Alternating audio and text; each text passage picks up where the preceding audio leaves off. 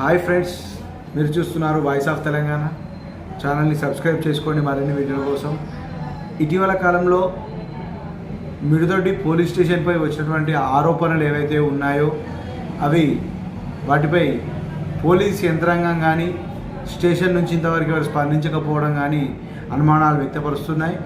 వసూల్ రాజాగా మారిన Mididoddi police station అని హెడ్డింగ్లతో మనం పేపర్ కట్టింగ్లు అయితే చూసాము. అయినప్పటికీ స్టేషన్ నుంచి ఎటువంటి స్పందన లేదు.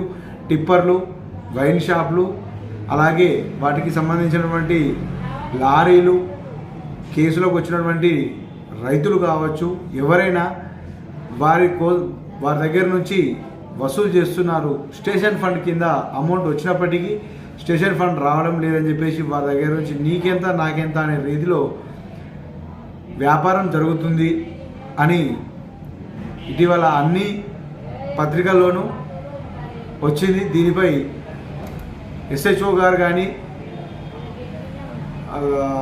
ఏఎస్ఐ గారు కానీ, హెడ్ కానిస్టేబుల్ గారు కానీ ఎవరూ స్పందించకపోవడంతో అనుమానాలు నిజమేనా, ఈ ఆరోపణలన్నీ నిజమేనా అని ప్రజలు అనుకుంటున్నారు.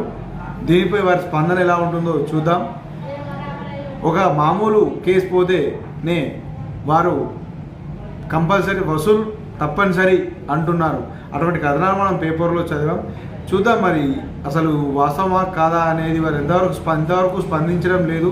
వాస్తవమా కాదా అనేది చూద్దాం. చూస్తున్నారండి వాయిస్ ఆఫ్ తెలంగాణ. మరిన్ని వీడియోల కోసం లైక్ చేయండి, ఛానల్ని సబ్స్క్రైబ్ చేసుకోండి.